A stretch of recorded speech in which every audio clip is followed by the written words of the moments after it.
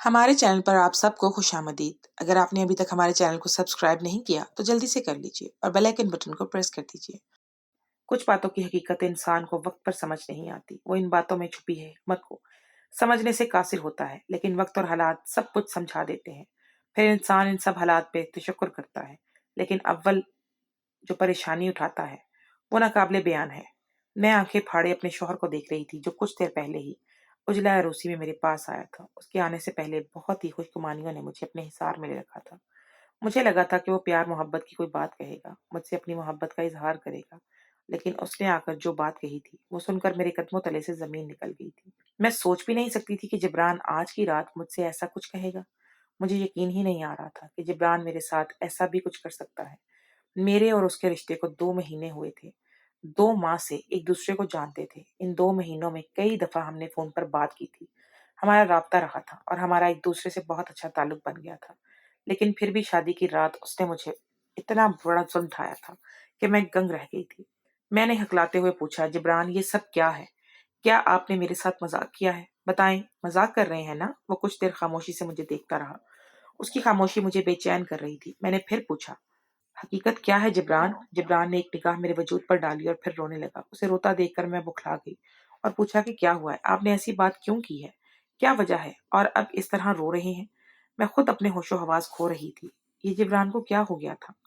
اور ایسے میں جبران بھی اپنے آپ میں نہیں تھا، مسلسل رو رہا تھا۔ بڑی مشکل سے وہ چپ ہوا اور کہنے لگا، فائزہ، میں تمہیں اپنی خوشی سے طلاق نہیں دی۔ میرا ایسا کرنے کا کوئی ارادہ نہیں تھا۔ میں تمہیں طلاق دینا نہیں چاہتا تھا، بلکہ ایک بہت بڑی مجبوری تھی جس کی وجہ سے مجھے یہ الفاظ کہنے پڑے۔ میں بس مجبور تھا۔ میں تمہیں کسی قیمت پر کھونا نہیں چاہتا۔ میں تم سے بہت محبت کرتا ہوں، تم سے الگ نہیں رہ سکتا۔ مجھے چھوڑ کر مت جانا۔ یہ کہہ کر جبران نے میرے ہاتھ پکڑ لی اور دوبارہ سے رونے لگا۔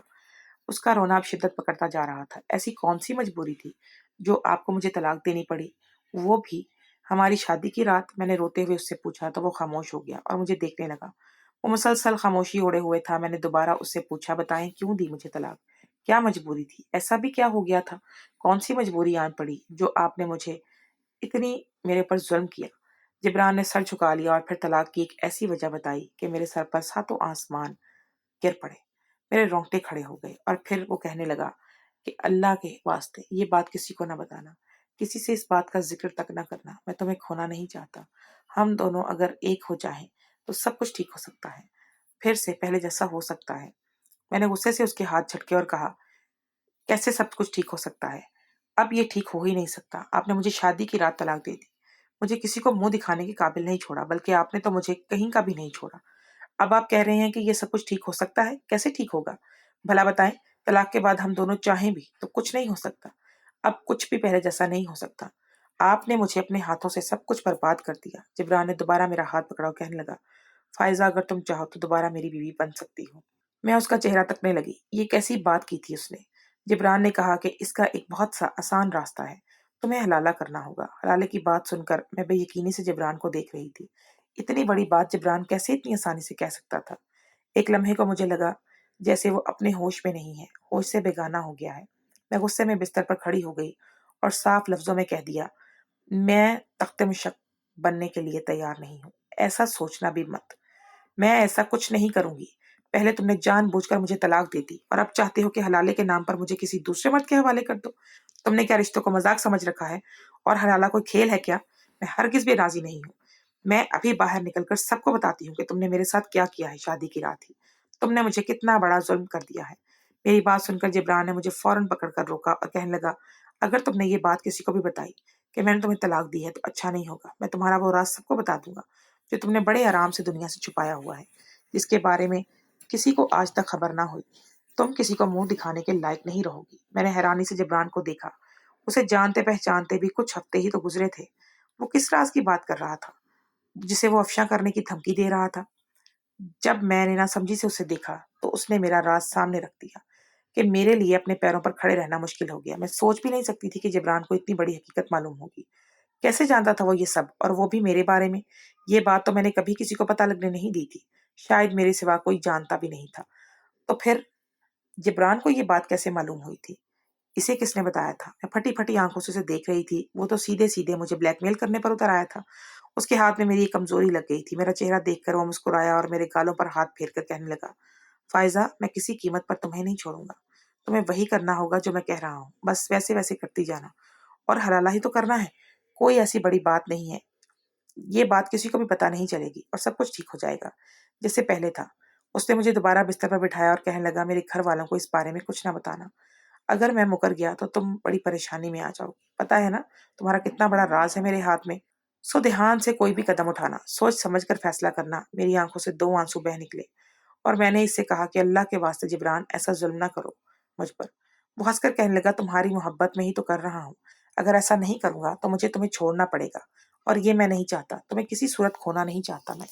اب تم بتاؤ، تم خاموشی سے حلالہ کے لیے تیار ہو، یا پھر تمہارا وہ راز دنیا کے آگے رکھ دوں جسے تم چھپائے بیٹھی ہو؟ بولو، کیا کہتی ہو اس بارے میں؟ میں نے روتے ہوئے سر ہلا دیا اور کہا، ٹھیک ہے، میں تیار ہوں، لیکن میرے ساتھ کچھ غلط نہ ہو، اس بات کا خیال رکھنا تم۔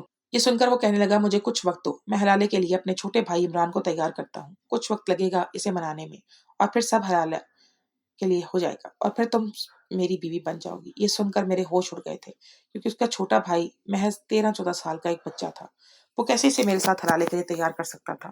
جبران کی باتیں مجھے حیرت زدہ کر رہی تھی، اور جب یہی بات میں نے اس سے کہی تو وہ کہنے لگا، اس لیے تو عمران کو تمہارے ساتھ باندھ رہا ہوں، تاکہ میرے کہنے پر وہ آسانی سے تمہیں آزاد کر دے، اور پھر دوبارہ سے تم میری ہو جاؤ، اور کسی دوسرے تیسرے کے حوالے نہیں کر سکتا تمہیں۔